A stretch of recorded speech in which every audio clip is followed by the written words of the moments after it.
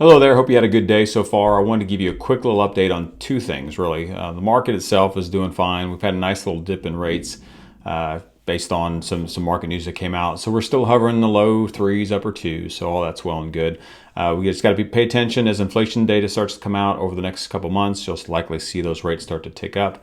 And then, as I've said before, October may be a good time frame to maybe see some of those rates start to come back down after all the stimulus checks and money kind of filters its way through the economy. The main thing I want to talk to you about today is you probably heard that there's some $25,000 first-time homebuyer grant that's being talked about in Congress, and I want to give you some of the details as they stand right now as to what exactly that is. Okay, you've heard before we talk about a $15,000 tax credit. That was mentioned during Biden's campaign, first-time homebuyer tax credit, similar to what Obama did back in 2008-9 timeframe. But this is an actual grant. So what does that mean? There are a few restrictions, and I've got the information from the bill here in front of me. So it has not passed. Let me just say that right now. So there could be some variations of this. They could make some changes here. But as it stands right now, these are the requirements that you have to have. Must be a first-time homebuyer, who's not owned a home ever, or have not owned a home in the last 36 months. That's nothing new. There are income restrictions, 20% over the median area income. Again, nothing earth-shattering there. Conventional FHA, VA, USDA, also that's pretty standard. But the one thing that we're talking about in this particular program that's new is it says you have to be a first-generation home buyer, meaning your parents could never owned a home before, or the home they had was either foreclosed or involved in a short sale. Also, if you were ever in the foster care system, then you automatically qualify for this. So I'm going to read you a couple things here that I want to make sure we're kind of clear on the language as it's right now, because again, it could change as we go forward. So this whole thing is called the Down Payment Toward Equity Act of 2021. And it says here, eligible homebuyers' parents or legal guardians may not have owned a home during the homebuyer's lifetime unless a home was lost to foreclosure or short sale and the parents or legal guardians don't own a home currently. Again, this requirement is waived for all homebuyers who have previously lived in foster care.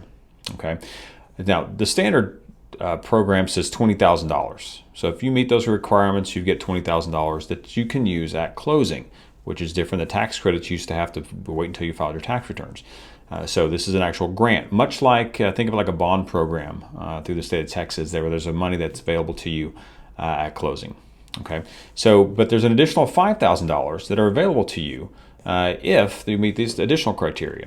In addition, $5,000 is available to, according to the bill's draft version, to get home buyers must qualify as a socially disadvantaged individual, which includes all people who identify as Black, Hispanic, Asian American, Native American, or any combination thereof, or who have been subjected to racial or ethnic prejudice or cultural bias because of their identity as a member of a group without regard to their individual qualities.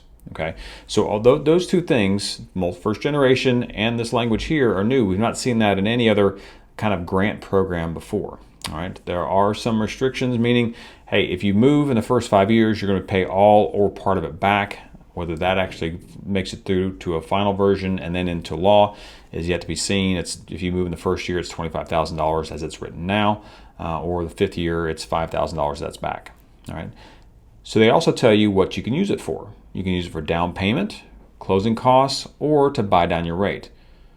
Now, in this current market, it doesn't say anywhere in there about the ability to use that to pay the difference between the appraisal and the sales price.